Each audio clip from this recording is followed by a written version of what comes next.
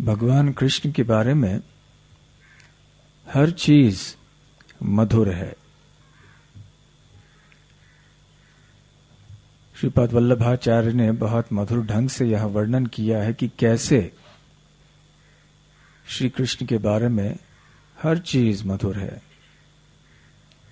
चाहे उनका चलना हो, उनका बोलना हो, उनका वेणु बजाना हो,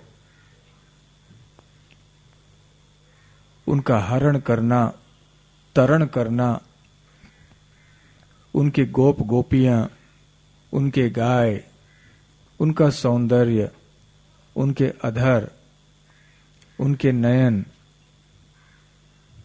सब कुछ मधुर है। इसलिए मधुराधिपतेर अखिलम मधुरम, मिठास के या माधुर्य के भंडार, असीमित भंडार श्री कृष्ण है। श्री कृष्ण परम सत्य है। परम सत्य के कई अर्थ होते हैं। भगवान शब्द की धारणा पृथ्वी भर में अलग अलग होती है। अधिकतर लोग जब भगवान शब्द सुनते हैं तो उनके मन में एक चित्र सा उत्पन्न हो जाता है कि भगवान वो हैं जो सर्वशक्तिमान हैं, जो सृष्टि की रचना करते हैं, जो दुष्टों को दंड देते हैं, इत्यादि। ये सब ठीक है, ये तो भगवान के कार्य अवश्य हैं, वो अपने विस्तारों के द्वारा ये सारे कार्य तो संपन्न करते ही हैं, परंतु ये भगवान का मुख्य कार्य नहीं है, नहीं ये भगवान की मुख्य पहचान है। भगवान का मुख्य पहचान इसमें नहीं है कि वो सृष्टि की रचना करते हैं या उनके पास शक्ति कितनी है या उनका ऐश्वर्य कितना है। भगवान की परम सत्यता इसमें है कि वो माधुर्य के असीमित भंडार हैं। मिठास की कोई सीमा नहीं है उनके हर संबंध में। वैसे मिठास क्यों है? क्योंकि उनके अंदर गुण ही ऐसे हैं और गुणों के द्वारा व्यक्ति मीठा या कड़वा माना जाता है। जैसे कोई वस्तु हम चखते हैं, खाते हैं, तो उसके गुण के अनुसार वो हमें स्वाद लगता है। कोई खट्टा होता है, कोई मीठा होता है, कुछ कड़वा होता है।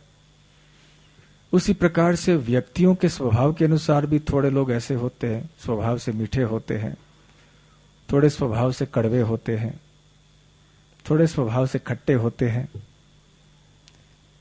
तो अपने अपने गुणों के अनुसार लोगों की पहचान भी की जा सकती है। तो भगवान श्री कृष्ण के गुण ही ऐसे हैं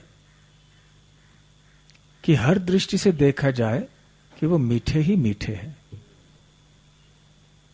जैसे बहुत मीठा एक आम का फल है, समझ लीजिए कि ऐसा कोई फल है जिसका कोई छिलका नहीं है और जिसका बीज भी नहीं है, केवल आम ही आम है। जहां से भी आप चखें वो आम बहुत स्वादिष्ट लगता है।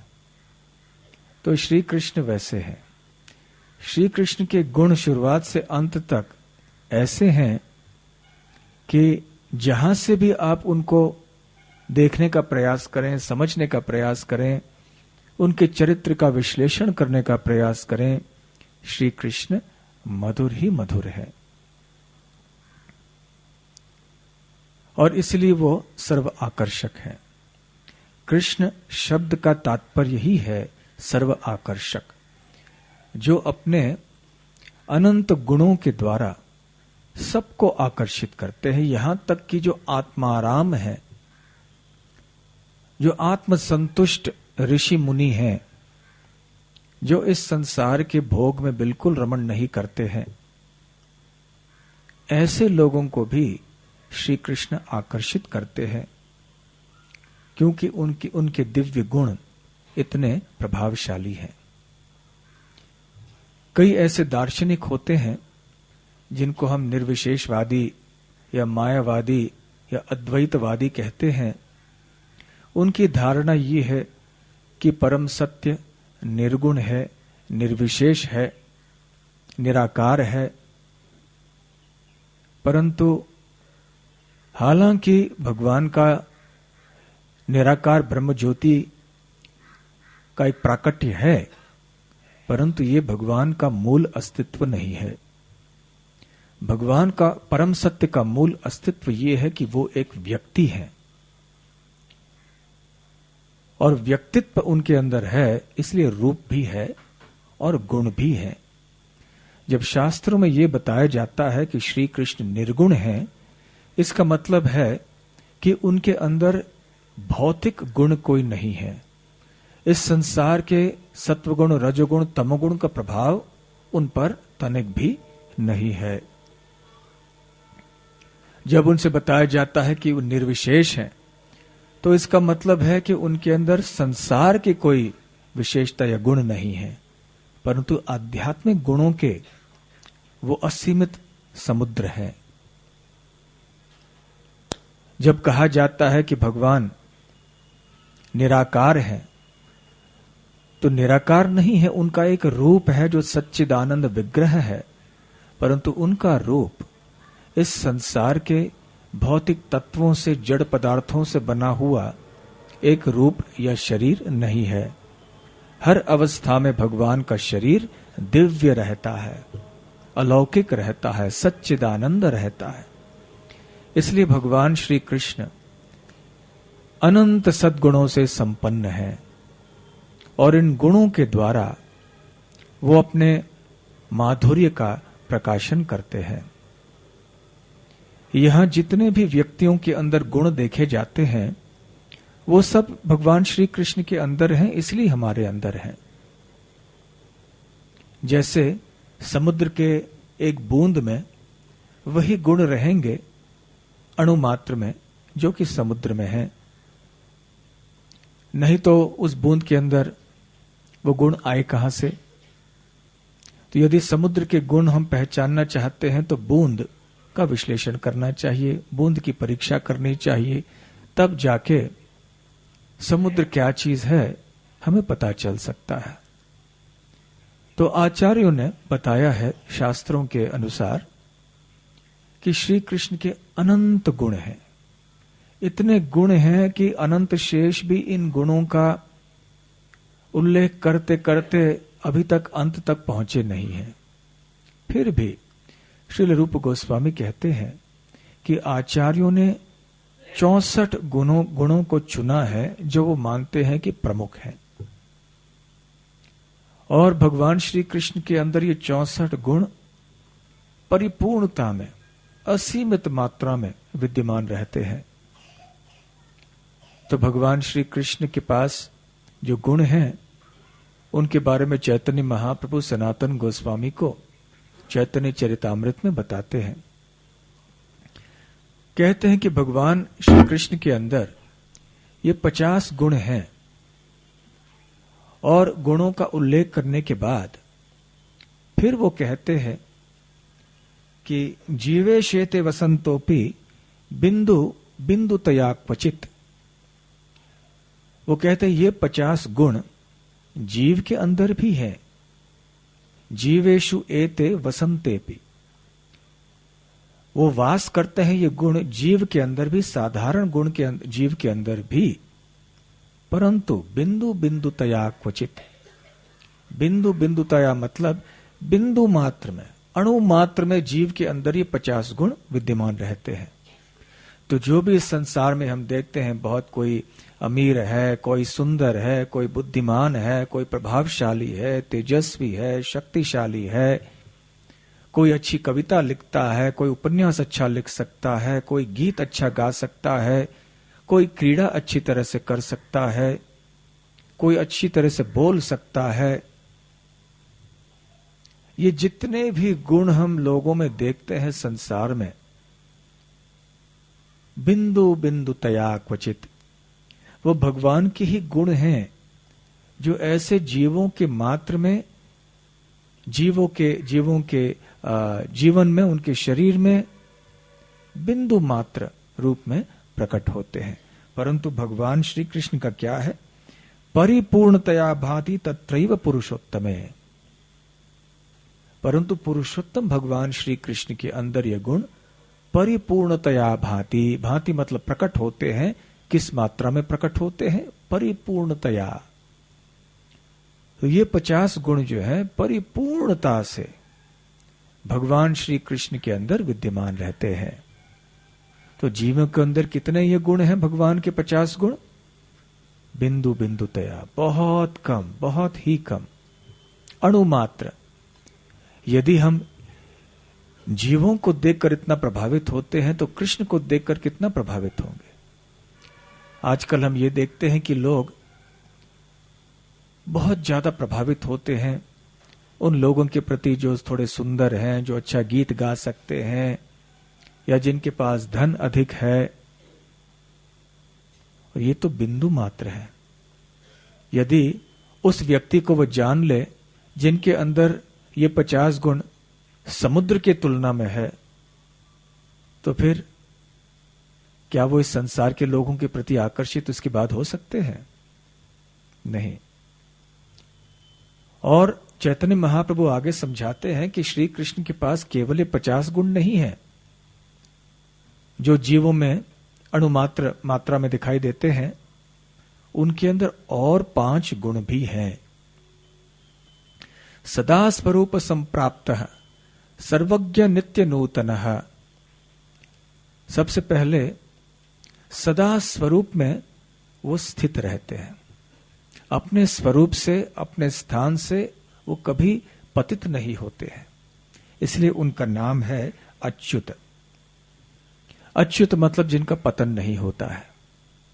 सदा स्वरूप संप्राप्तः, साथ साथ सर्वज्ञ, वो सब कुछ जानते हैं।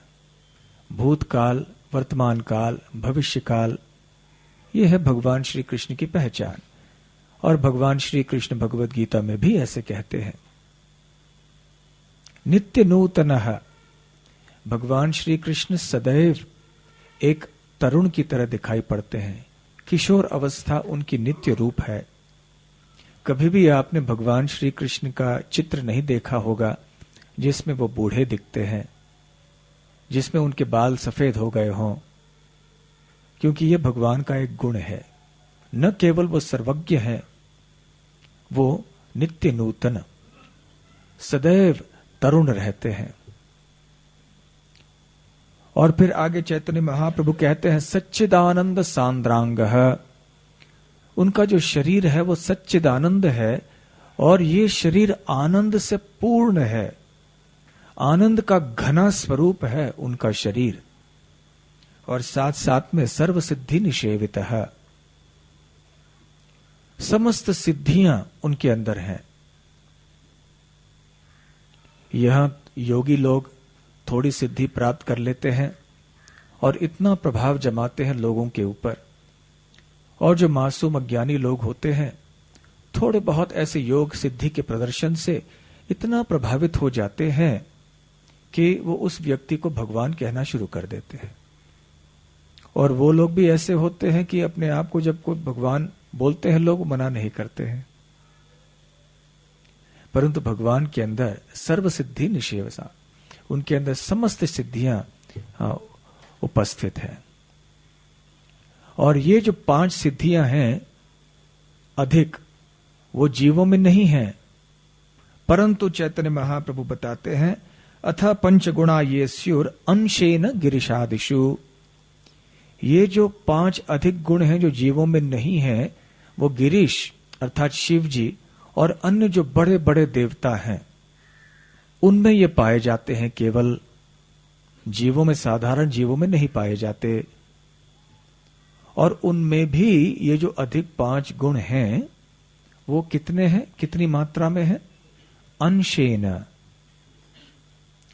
तो जब यहां बताया जाता उदाहरणार्थ सदा स्वरूप संप्राप्तः, कि श्री कृष्ण ही है जिनका पतन कभी अपने स्थान से नहीं हो सकता है, या जो अपने स्वरूप में सदैव स्थित रहते हैं, या सर्वज्ञ हैं, नित्य नूतन हैं, तो शिव जी आदि इनके अंदर भी ये गुण होते हैं, लेकिन अंश मात्र में।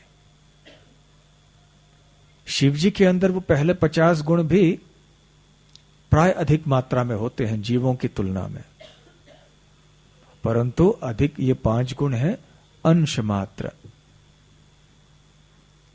तो ऐसे 55 गुण हो गए।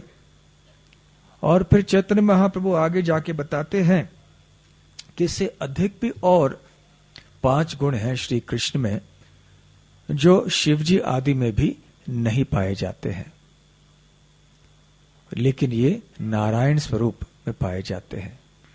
लक्ष्मीपति, वैकुंठपति नारायण में ये गुण पाए जाते हैं। ये कौन से गुण हैं? अथोच्यन्ते गुणः पंचा ले ये लक्ष्मी शादि वर्तिनः। इसके अलावा और 5 गुण हैं जो लक्ष्मीश, लक्ष्मीश मतलब नारायण, लक्ष्मी के स्वामी नारायण में विद्यमान रहते हैं। अविचिन्त्य महाशक्ति ही, उनकी शक्ति अविचिन्त्य है, अर्थात हमारे चिंतन के बाहर है। भगवान की शक्ति इतनी होती है जिसकी हम कल्पना भी नहीं कर सकते। यहां इस भौतिक जगत में हम किसी शक्तिशाली व्यक्ति को देखते हैं, किसी शक्तिशाली सेना को देखते हैं, या किसी भी शक्तिशाली वस्तु को देखते हैं, भले वो एक सुनामी या तूफान क्यों न हो, वो कम हो या ज्यादा, लेकिन उसकी सीमा होती है।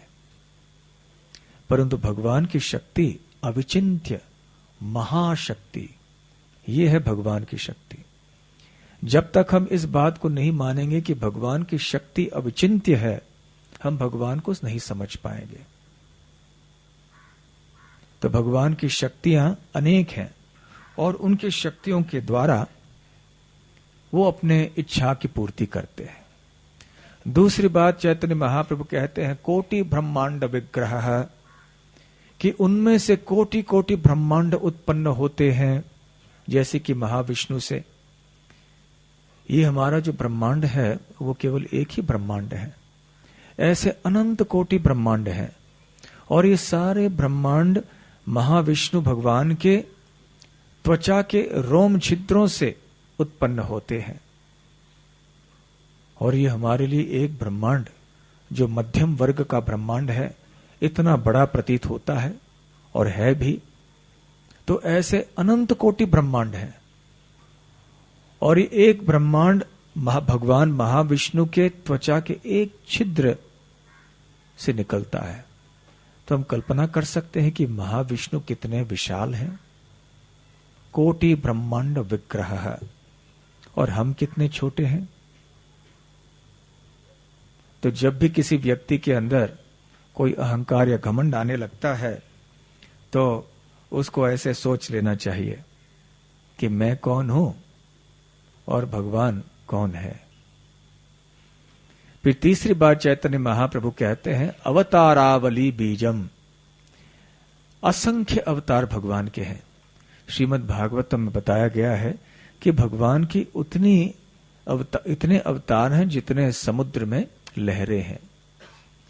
समुद्र में जितने लहरें हैं, इनकी गणना नहीं की जा सकती। उसी प्रकार से भगवान के असंख्य अवतार हैं। और भगवान नारायण जो कि श्री कृष्ण के अंश हैं, उनसे ये समस्त अवतार जो भौतिक सृष्टि में प्रकट होते हैं, अवतीर्ण होते हैं, वो उनसे उत्पन्न होते हैं। फिर चैतन्य महाप्रभु कहते हैं हतारी गतिदायक, हत मतलब हत्या करते हैं जब, अरि जो लोग उनको भगवान को अपना शत्रु समझते हैं, जो भगवान के विरुद्ध युद्ध करना चाहते हैं, जब भगवान उनकी हत्या करते हैं, उनका वध करते हैं, केवल वध ही नहीं करते, गतिदायक, वो उनको गति प्रदान करते हैं, कोई श्रेष्ठ गति प्रदान करते हैं भगवान। तो श्री कृष्ण कितने कृपालु हैं कि जब किसी की हत्या भी करते हैं तो उसको मुक्त करा देते हैं। इसलिए हतारी गतिदायक है। और अंत में पांचवा गुण जो है, चैतन्य महाप्रभु कहते हैं आत्माराम गणाकर्षी। जो आत्माराम गण होते हैं, जो अपने आप में आत्मसंतुष्ट होते हैं, ऐसे लोगों को भी वो आकर्षित करते हैं। तो ये 5 गुण हैं जो शिवजी आदि में नहीं पाए जाते, ये भगवान नारायण में पाए जाते हैं, लक्ष्मीश।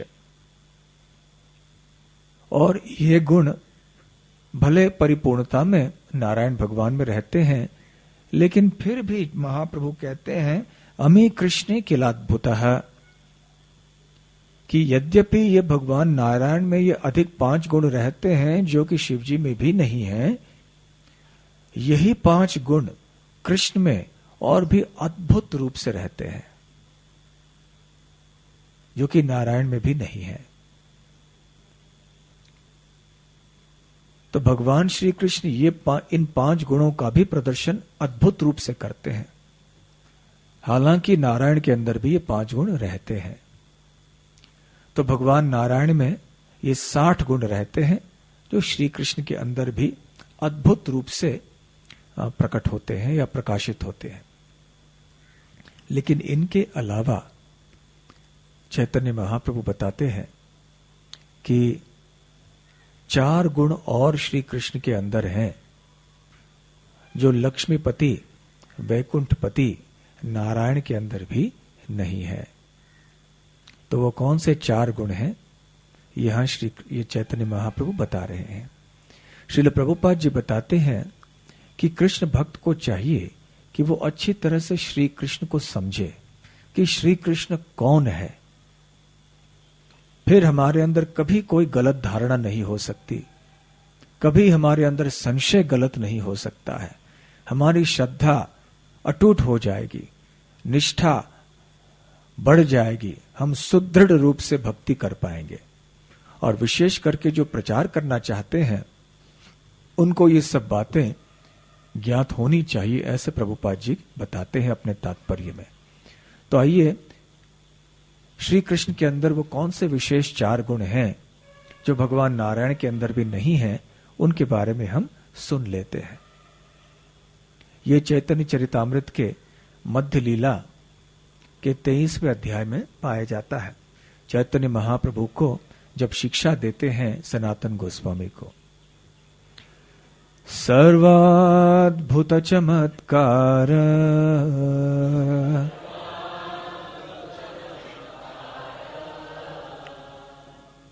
लीला कल्लोल वारिधि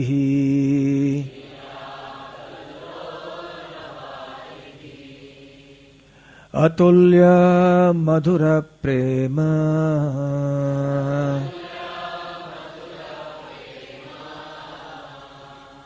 मंडित प्रिय मंडल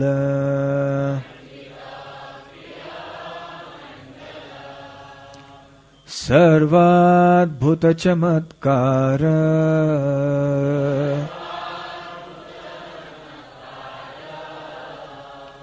लीला कल्लोल वारिधि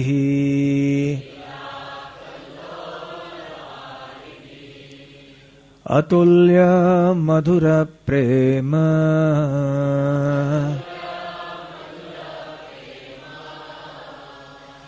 मंडित प्रिय मंडल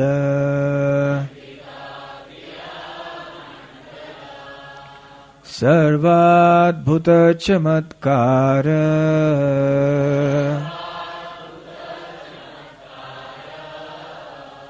लीला कल्लोल वारिधि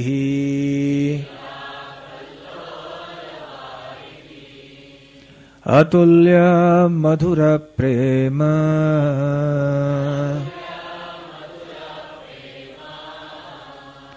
मंडित प्रिय मंडल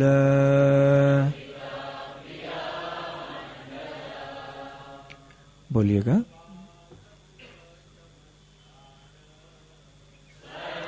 अद्भुत चमत्कार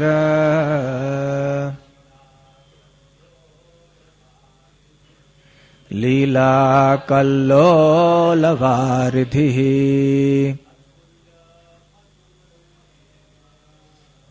अतुल्य मधुर प्रेम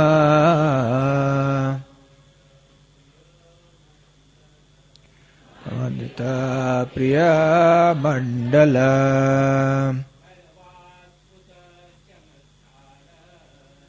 सर्वाद्भुत चमत्कार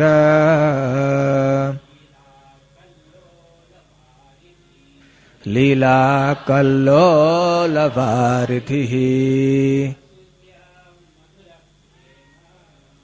अतुल्य मधुर प्रेम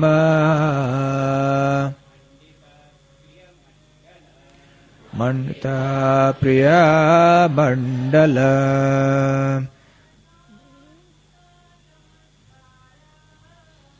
सर्वाद्भुत चमत्कार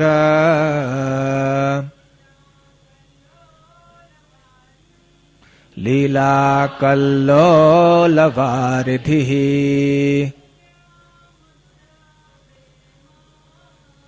अतुल्य मधुर प्रेम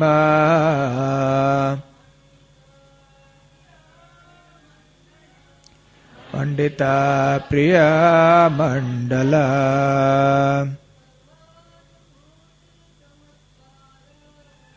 सर्वाद्भुत चमत्कार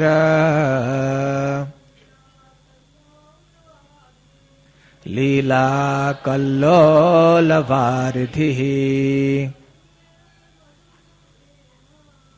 अतुल्य मधुर प्रेम मंडिता प्रिय मंडल। चैतन्य महाप्रभु बताते हैं कि भगवान श्री कृष्ण की लीला बहुत मधुर होते हैं, सर्वाद्भुत चमत्कार, सबके मन में चमत्कार की भावना उत्पन्न करते हैं, बहुत अद्भुत से अद्भुत लीलाएं करते हैं और ये लीलाएं एक के बाद एक होती है। ऐसा नहीं कि एक लीला करते हैं और फिर लीला नहीं करते। लीला कल्लोलवारिधिः, लीलाओं की लहरें चलती हैं, एक के बाद एक, एक के बाद एक, एक के बाद एक। जैसे समुद्र में लहरें बहती हैं, उसी प्रकार से श्री कृष्ण की लीलाएं एक के बाद एक, एक के बाद एक वो करते रहते हैं।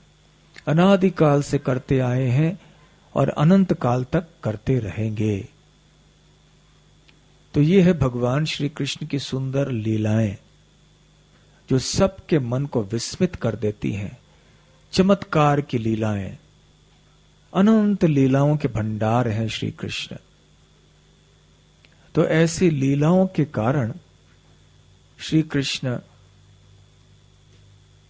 और मधुर होते हैं भगवान नारायण से भी। हाँ, भगवान नारायण भी लीला करते हैं अवश्य, भगवान के हर एक अवतार हैं वो भी लीला करते हैं, परंतु जो भगवान श्री कृष्ण की लीला में जो मिठास है और जो माधुर्य है वो अन्यों में नहीं पाया जाता।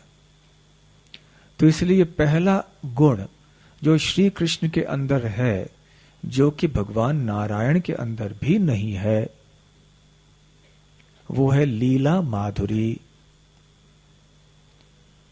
लीला माधुरी मतलब भगवान श्री कृष्ण की लीलाएं अति मधुर हैं। एक के बाद एक भगवान श्री कृष्ण अपनी लीलाओं को प्रकट कराते रहते हैं और सर्वोच्च लीला उनकी रास लीला है। ऐसी लीला करके भगवान समस्त आध्यात्मिक और भौतिक जगत के मन को जीत लेते हैं। दूसरी बात जो चैतन्य महाप्रभु कहते हैं, अतुल्य मधुर प्रेम मंडित प्रिय मंडल। उनका जो प्रेम है और जो प्रेमी भक्त है, जिन प्रेमी भक्तों से वो घिरे हुए रहते हैं, उससे भगवान अपने मधुर प्रेम का प्राकट्य करते हैं।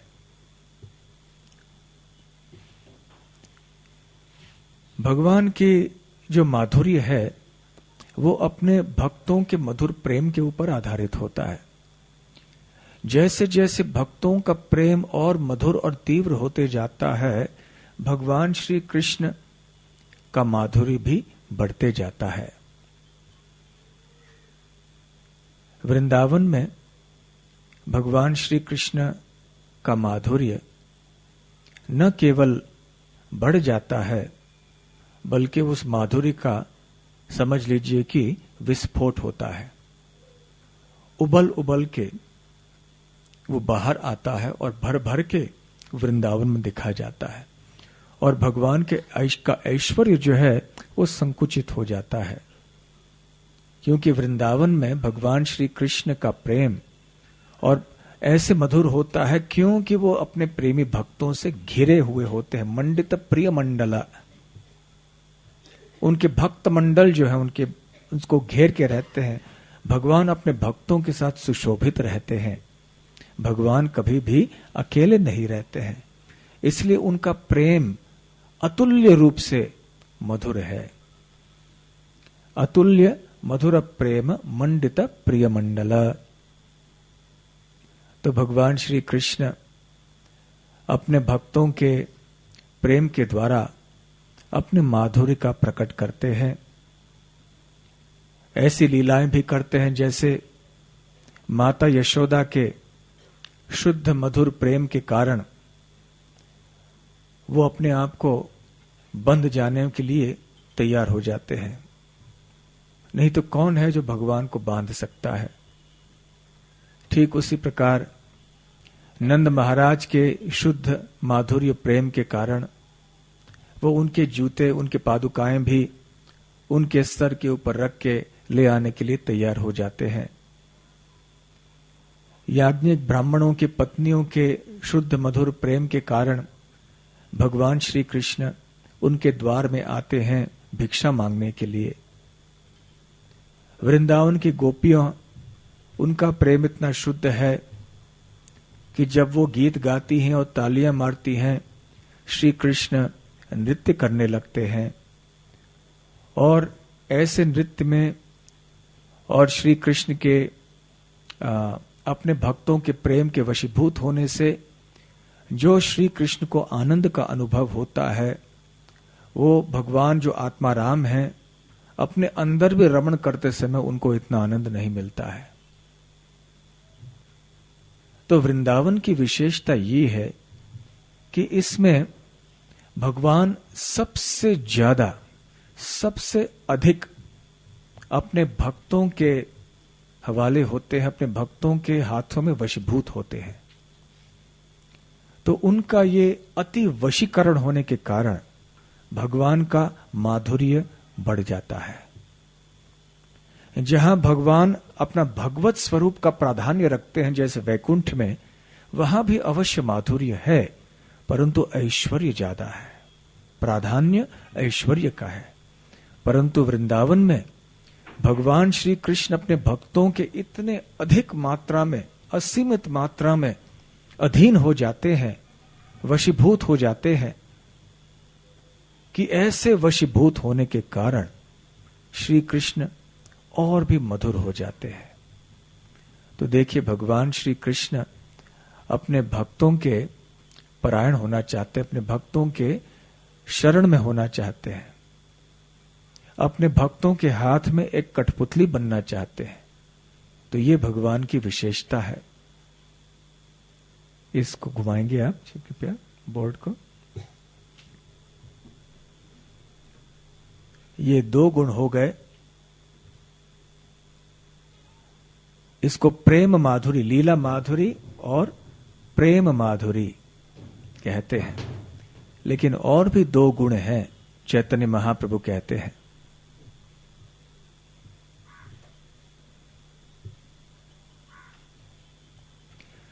त्रिजगन मनसाकर्षी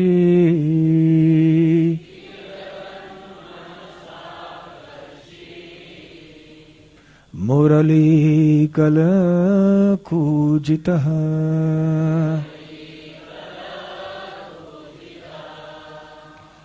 असमानोर्ध्वरूप श्री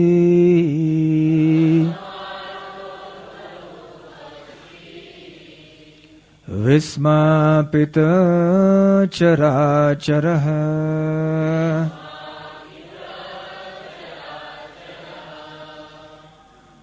त्रिजगन्मनसाकर्षी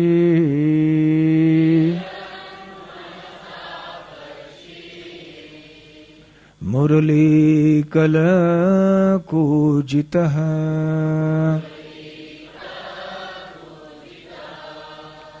असमानोर्ध्वरूप श्री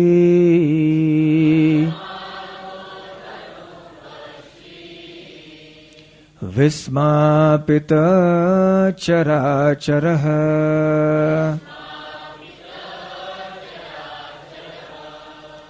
त्रिजगन्मनसाकर्षी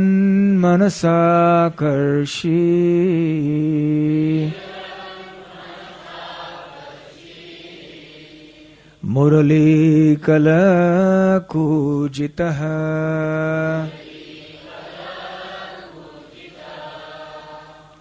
असमानोर्ध्वरूप श्री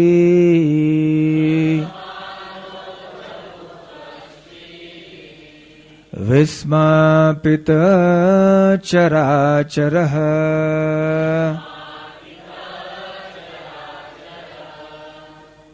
बोलिएगा।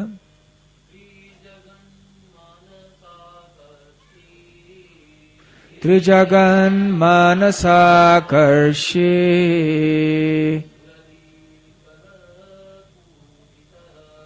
मुरलीकलकूजितः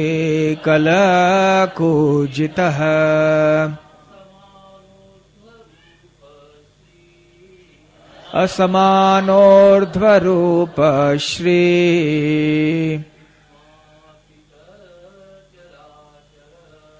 विस्मापित चराचरः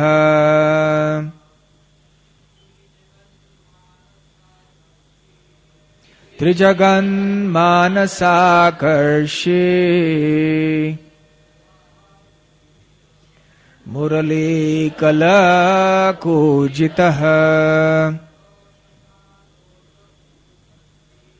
असमानोर्ध्वरूप श्री विस्मापित चराचरः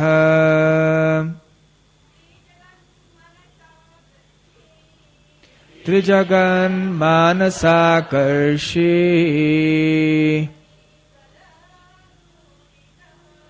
मुरलीकलकूजितः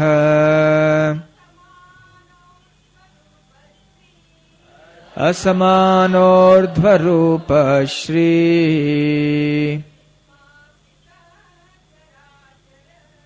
विस्मापित चराचरः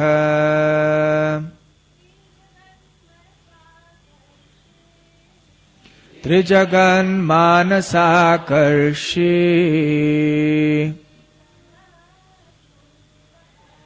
मुरलीकलकूजितः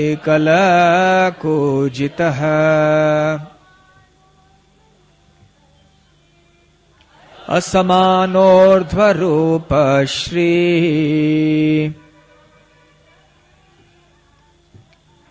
विस्मापित चराचरः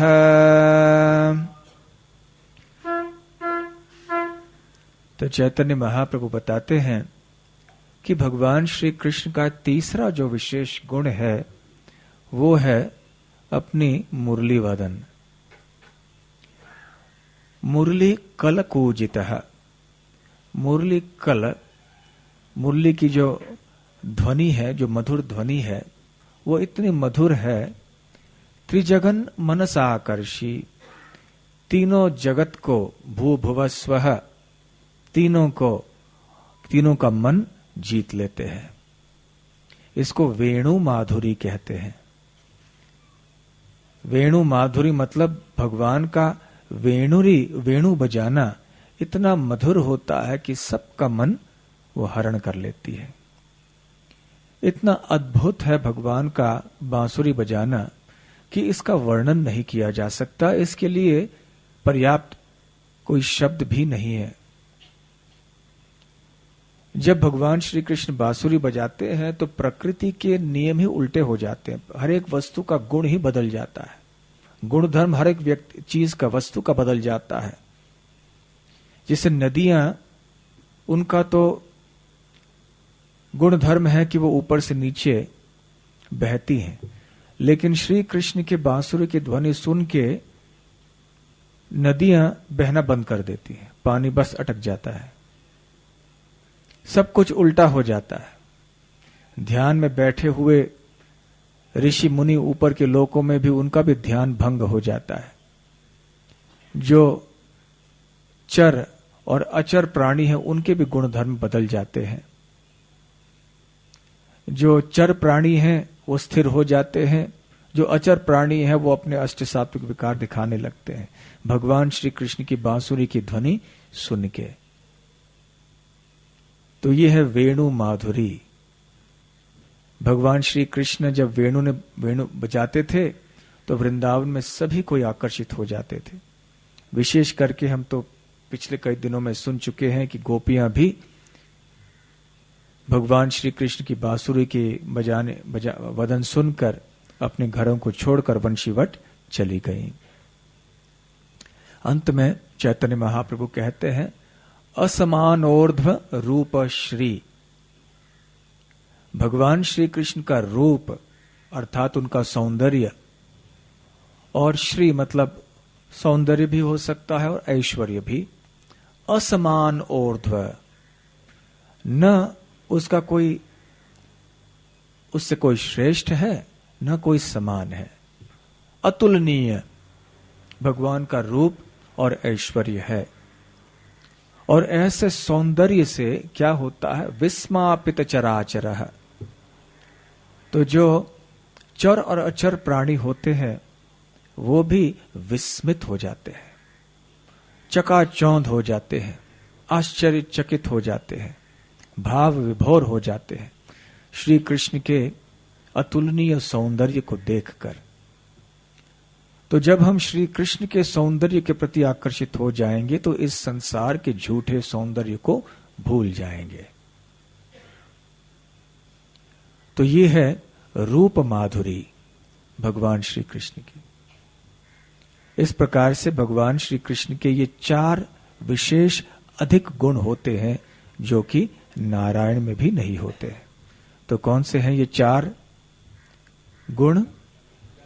लीला माधुरी, प्रेम माधुरी, वेणु माधुरी, रूप माधुरी।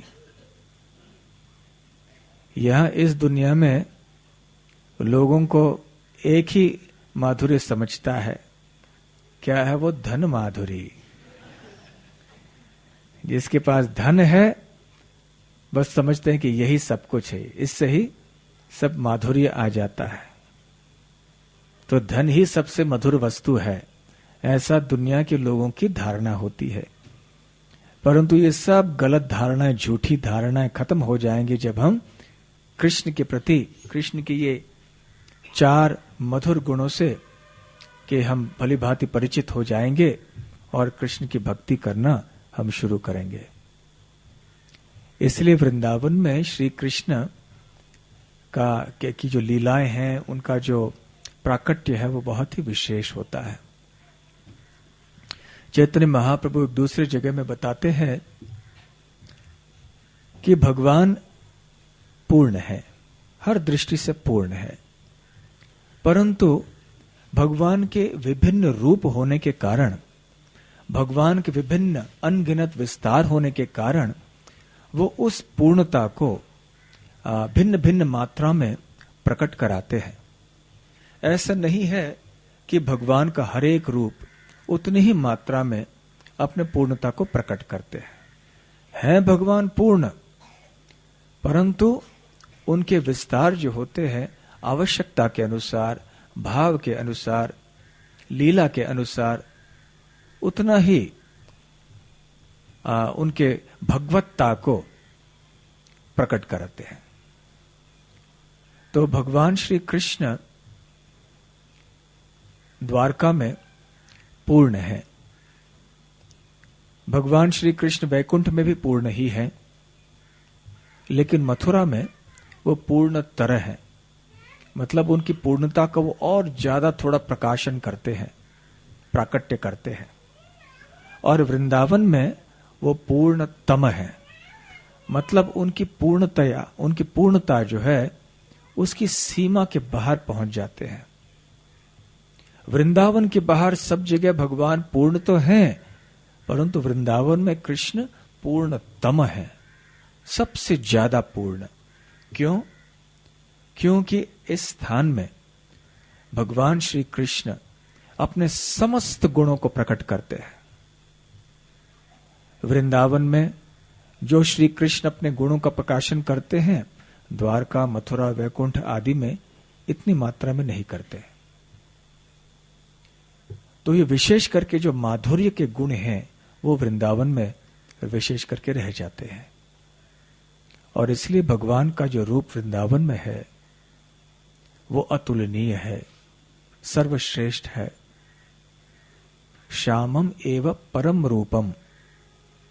भगवान श्री कृष्ण का वृंदावन का रूप परम रूप माना जाता है, भगवान के विभिन्न रूपों में भी। ये सारे रूप एक ही हैं, एक ही भगवान है वो, परंतु वो एक भगवान अपने आप को अनगिनत रूपों में विस्तार करते हैं भावों के अनुसार, जैसे हम 2 दिन पहले भी चर्चा कर रहे थे। तो वो भगवान श्री कृष्ण का प्राकट्य आज हुआ, करीब करीब 5000 वर्ष पूर्व। वो अपने धाम से अवतीर्ण होकर यहां प्रकट हुए, हमारे ऊपर, हम सब के ऊपर कृपा करने के लिए। लेकिन उनका जन्म सीधे केवल वृंदावन में नहीं हुआ, मथुरा में हुआ, जहां भगवान पूर्णतम है, पूर्णतर नहीं। जब माता देवकी के से वो प्रकट हुए बाहर कंस के कारागार में, तो श्री कृष्ण चतुर्भुज थे। और फिर उन्होंने अपने आप को देवकी माता के निवेदन पर द्विभुज बालक का रूप स्वीकार किया, तो वो देवकी नंदन कहलाते हैं। जब वसुदेव कंस के भय के कारण बालक कृष्ण को गोकुल में ले जाना चाहते थे, तो यमुना पार करना पड़ा। यमुना पार करते करते उस समय वर्षा तो हो रही थी मूसलधार, और पानी भी बढ़ रहा था यमुना जी में। तो वसुदेव जी ने श्री कृष्ण को एक टोकरी में रख के अपने सर पर रखा और ऐसे श्री कृष्ण को ले जा रहे थे। उस समय यमुना जी में चलते चलते श्री कृष्ण अचानक पानी में गिर पड़े। श्री कृष्ण स्वेच्छा से गिर पड़े। हालांकि वो छोटे बच्चे थे, नवजात शिशु थे, फिर भी भगवान भगवान ही रहते हैं, उनकी शक्ति में कोई घटन नहीं होती। तो इसके पीछे आचार्यों ने बताया है कि क्या कारण है। पहली बात तो ये है कि जब वसुदेव बड़े निराश हो गए और बड़े चिंतित हो गए, हैरान हो गए, पागल के समान हो गए, कहां गया बच्चा, समझ लीजिए, कल्पना कीजिए कि वसुदेव की क्या दशा हुई होगी। और वो पानी में ढूंढ रहे थे कि मेरा बच्चा कहां गिर गया, कहां गिर गया। तो उनके प्रेम को और भी तीव्र बनाने के लिए, और भी मधुर बनाने के लिए भगवान ने ये लीला की। दूसरी बात ऐसी बताई जाती है कि यमुना जी भी चाहती थी, यमुना जी भी भगवान श्री कृष्ण की भक्त हैं, वो भी चाहती थी कि अब श्री कृष्ण के चरण स्पर्श मुझे करने चाहिए। अभी अभी श्री कृष्ण प्रकट हुए हैं, तो सबसे पहले मैं चरण स्पर्श करना चाहती हूं। तो यमुना जी का जल ऊपर आ गया और श्री कृष्ण को अंदर ले लिया। लेकिन आचार्यों ने एक और भी महत्वपूर्ण बात बताई कि यहां यमुना जी में इस समय देवकी नंदन चल के बने वृंदावन के कृष्ण, मथुरा के कृष्ण अब बने वृंदावन के कृष्ण, क्योंकि ये एक सीमा है मथुरा और वृंदावन के बीच में। और इस सीमा के संबंध में एक लीला हुई थी जिसके बारे में आपको हम याद दिलाना चाहेंगे। अनेक वर्षों बाद, 10 साल बाद, जब श्री कृष्ण लीला कर चुके थे गोकुल वृंदावन में, तो कंस ने अक्रूर को भेजा था श्री कृष्ण को मथुरा लाने के लिए, एक मल्लयुद्ध के बहाने, एक धनुर्यज्ञ के बहाने। वहां पर जब अक्रूर रथ पे कृष्ण बलराम को सवार करा के ले आ रहे थे, तो वो यमुना तक पहुंचे, और वो स्थान जहां आज जिस स्थान को अक्रूर घाट कहा जाता है, उस स्थान पर कृष्ण बलराम उतरे रथ से, यमुना में स्नान करने गए। और जब वो स्नान कर रहे थे तो वहां जल में अक्रूर ने एक बहुत अद्भुत दृश्य देखा। गए थे पानी के अंदर कृष्ण और बलराम, परंतु जल में क्या देख रहे हैं कि वहां पर अनंत शेष है। बलराम जी अनंत शेष बने हुए हैं और उनके ऊपर विराजमान हैं भगवान विष्णु, शयन कर रहे हैं। श्री कृष्ण विष्णु का स्वरूप धारण कर लिए और बलराम जी अनंत शेष का। तो अक्रूर का सर चकरा गया कि ये मैं क्या देख रहा हूं, क्या मेरी आंखें मुझे धोखा दे रही हैं। वो देखते रह गए और थोड़ी देर बाद ही श्री कृष्ण और बलराम वापस रथ में आ गए और अक्रूर का चेहरा देखा उन्होंने। और चेहरा देख के श्री कृष्ण थोड़ा मजाक करना चाहते थे अक्रूर जी से, तो उन्होंने अक्रूर से पूछा कि क्या आपने कुछ अद्भुत दृश्य देखा है? क्या आपका चेहरा देख के ऐसे लगता है कि आपने कोई बहुत ही अद्भुत बात देखी होगी? तो अक्रूर कहने लगे कि जब परम सत्य को ही मैं मेरे सामने देख रहा हूं तो और क्या अद्भुत रह गया देखने के लिए। अक्रूर तो समझ गए कि कृष्ण और बलराम तो परम सत्य हैं, वो भी विष्णु और अनंत शेष के ही उद्गम हैं। ये स्थान अक्रूर घाट जो है, इसका महत्व ये है कि इस स्थान में ये, क्योंकि वृंदावन और मथुरा के बीच में सीमा है, तो मथुरा से जब श्री कृष्ण ले जा रहे थे, श्री कृष्ण को ले जा रहे थे वसुदेव, तो अभी इस स्थान के बाद वो अब यशोदा नंदन बन गए, वृंदावन के कृष्ण बन गए हैं। एक ही कृष्ण, मथुरा के कृष्ण और वृंदावन के कृष्ण में अंतर नहीं है। केवल इतना है कि मथुरा के कृष्ण देवकी नंदन कहलाते हैं, उनका भाव थोड़ा ऐश्वर्य से युक्त रहता है, और वही भगवान वृंदावन में अपने पूरे मधुर स्वरूप में रहते हैं, इसलिए वहां पे वो यशोदा नंदन कहलाते हैं। ये उदाहरण हम पहले भी दे चुके हैं कि जब एक व्यक्ति अपने घर में रहता है तो उसका व्यवहार एक प्रकार का रहता है, जब वो बाहर दफ्तर में रहता है तो उसका व्यवहार दूसरा रहता है वो एक ही व्यक्ति, परंतु क्योंकि उसका व्यवहार, उसका भाव अलग अलग रहता है, हम ये भी कह सकते हैं कि वो अलग व्यक्ति है। जब कोई व्यक्ति बहुत ज्यादा गुस्सा हो जाता है या बहुत ऐसे कोई विचित्र कार्य करता है जो आमतौर से वो नहीं करता, तो दूसरा कोई व्यक्ति उससे कहता है ये तो तुम नहीं थे, ऐसा गुस्सा होना, ये तो तुम तो ऐसे गुस्सा नहीं होते, ये तो तुम नहीं थे, कोई और था ये, ऐसा कहता है ना कभी कभी। कहने का मतलब है कि वो है एक ही व्यक्ति फिर भी अलग व्यक्ति है। इतना है कि हम जब कोई ऐसे विचित्र कार्य करते हैं या कोई अलग भाव में रहते हैं तो हम अपने आप को विस्तार नहीं कर सकते, परंतु भगवान श्री कृष्ण विभिन्न भावों को ग्रहण करते हैं और हर एक भाव को ग्रहण करते समय अलग व्यक्तित्व को भी स्वीकार करते हैं, अलग रूप में विस्तार कर लेते हैं अपने आप को। इसलिए वृंदावन में कृष्ण है और मथुरा में जहां भाव थोड़ा अलग है, वहां कृष्ण देवकी नंदन कृष्ण बन जाते हैं। फिर द्वारका में वही श्री कृष्ण यदुनंदन श्री कृष्ण बन जाते हैं, यदुकुलेश्वर कृष्ण बन जाते हैं, द्वारकाधीश कृष्ण बन जाते हैं वही कृष्ण, परंतु अलग भाव के अनुसार वो केवल अलग रूप धारण करते हैं।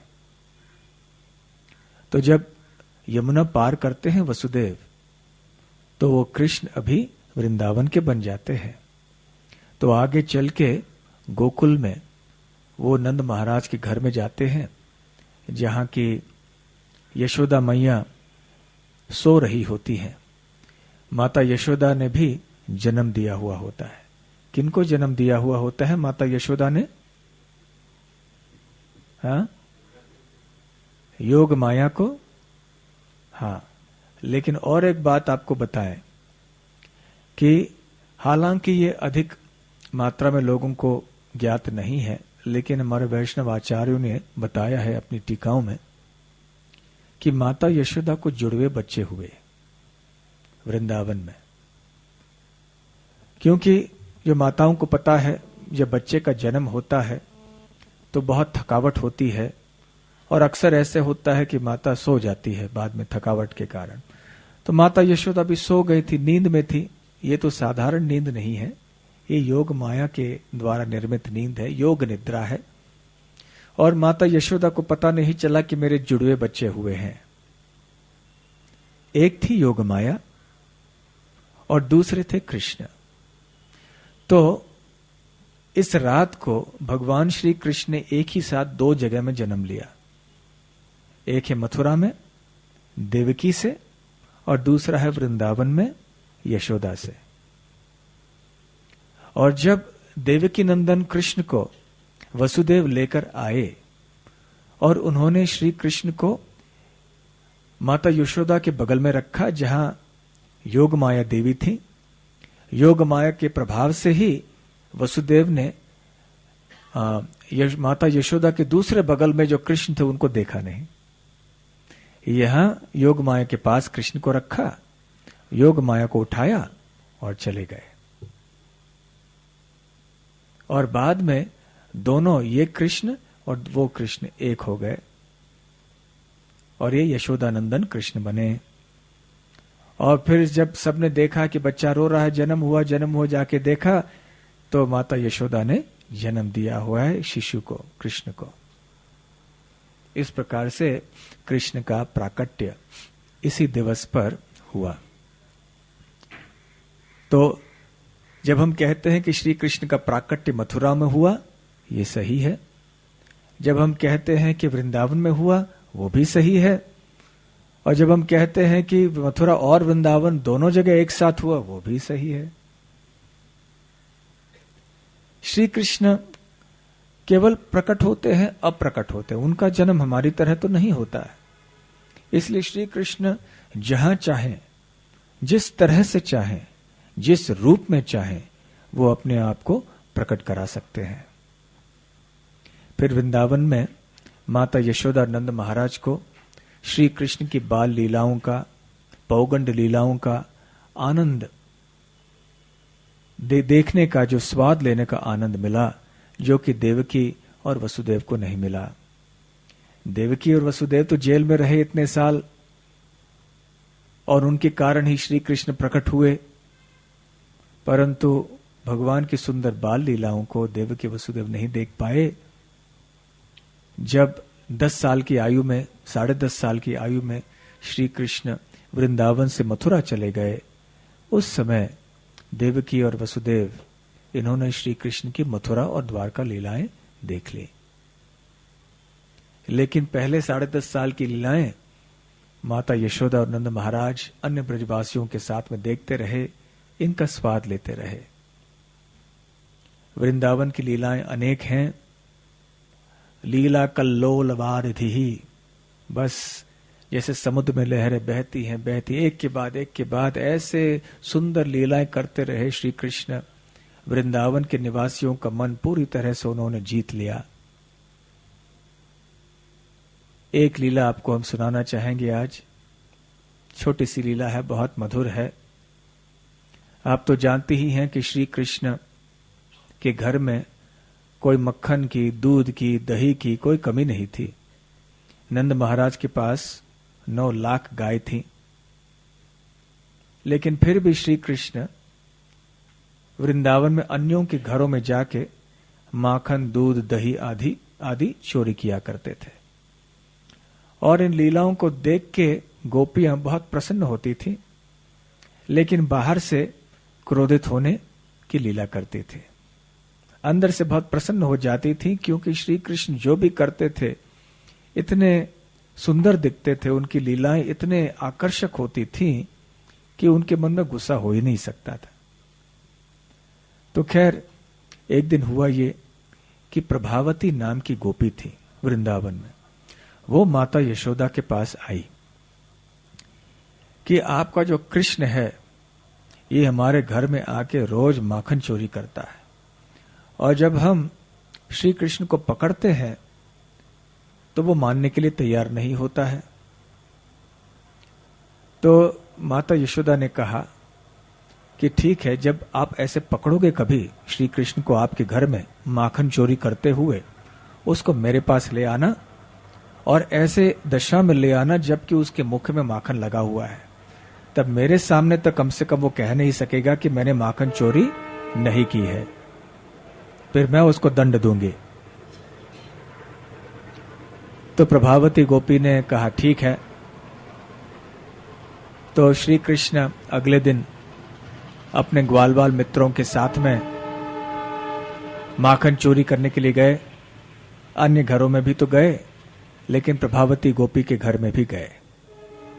तो वहां जाकर बड़े सावधानी से चढ़े, देखा कि कोई नहीं है, इधर उधर देखा, फिर देखा कि ये जो दही की हंडी ऊपर टंगी हुई है।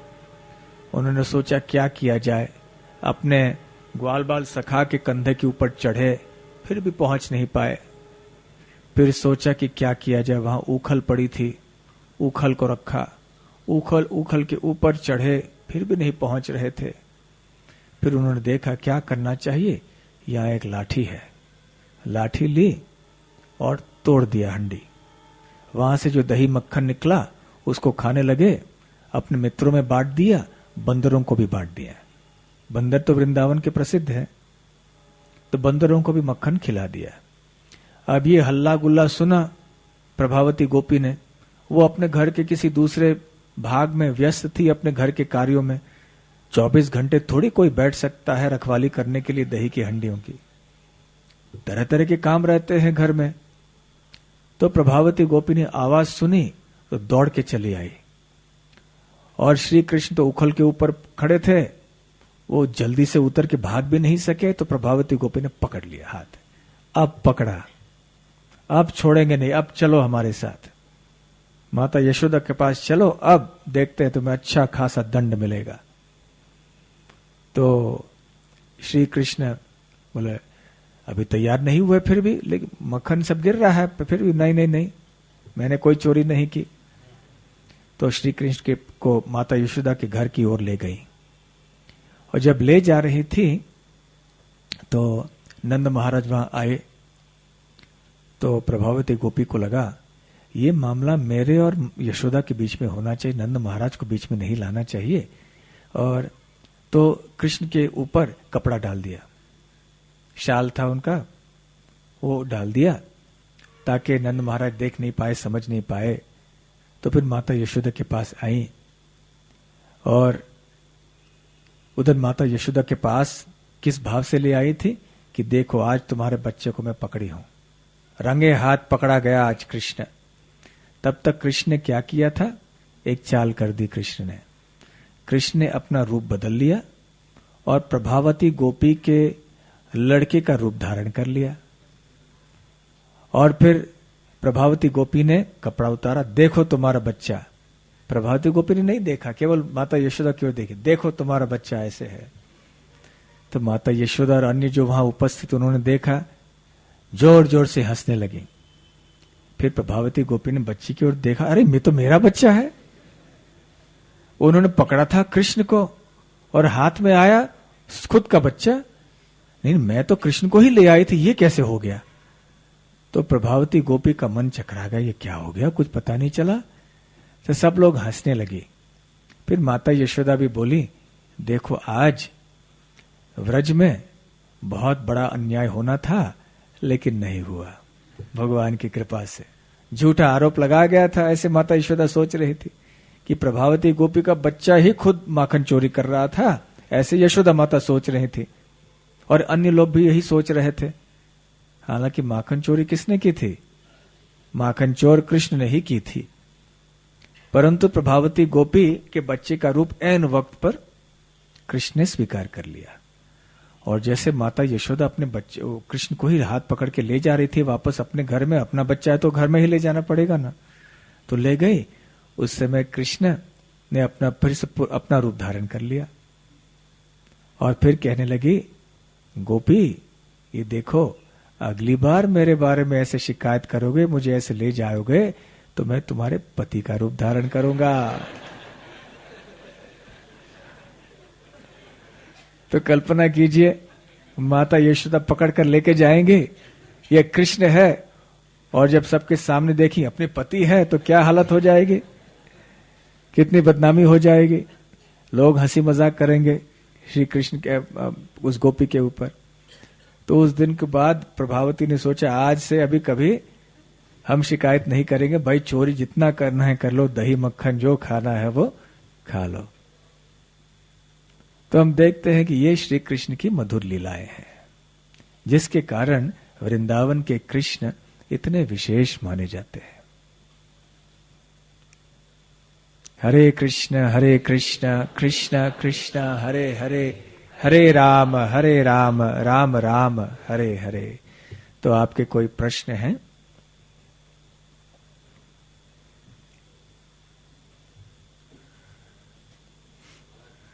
हाँ,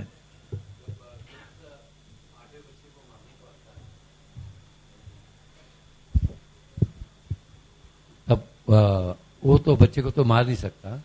ऐसा भागवत में आता है कि वही आगे जाके चंडी काली अंबिका बन जाएगी बोली। हाँ, तो मतलब आप बोल रहे थे योग माया। हाँ, योग माया अपने आप को इस दुनिया में दुर्गा देवी के रूप में या महामाया के रूप में प्रकट करती हैं, कराती हैं अपने आप को। तो दुर्गा देवी और योग माया में क्या अंतर है? दुर्गा देवी भी महामाया है, परंतु ये योग माया की छाया है। छाएव यस्य भुवनानि बिभर्ति दुर्गा। ब्रह्मा जी वर्णन करते हैं कि महामाया या दुर्गा देवी वो भगवान की अंतरंगा शक्ति योग माया की छाया के समान है। तो वही योग माया अपने छाया रूप में यहां प्रसिद्ध है दुर्गा के रूप में। परंतु जो दुर्गा देवी के उपासक होते हैं वो ये नहीं जानते कि दुर्गा देवी सर्वस्व नहीं है, वो सर्वोच्च नहीं है, वो तो शक्ति है और शक्ति के इस भौतिक सृष्टि के भीतर प्राकट्य है। परंतु उस शक्ति का जो आध्यात्मिक रूप है वो कौन है, योग माया, वो नहीं जानते हैं। और ये शक्ति मूल शक्ति भी है, किनकी शक्ति है, वो शक्तिमान को नहीं जानते हैं। तो ये संबंध है योग माया और महामाया में। ठीक है।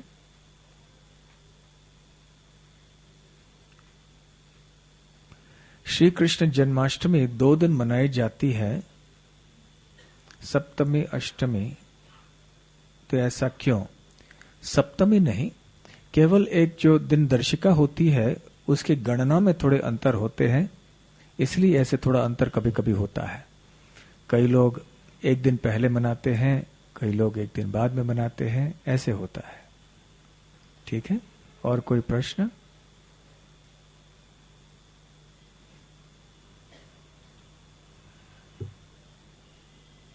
ठीक है। तो आज जन्माष्टमी के दिन में दिन भर आप सेवा में व्यस्त रहिए।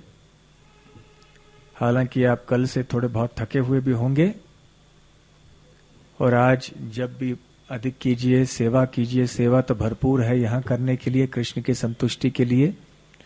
और आज बहुत देर रात तक कार्यक्रम चलना है, तो अवश्य दिन भर आप मंदिर में बिता सकते हैं तो अच्छा है, नहीं बिता सकते हैं तो अपने घर से होकर वापस आइए जल्दी, और शाम के कार्यक्रम का भी पूरा पूरा लाभ उठाइएगा। हरे कृष्णा। श्री कृष्ण जन्माष्टमी महोत्सव की जय।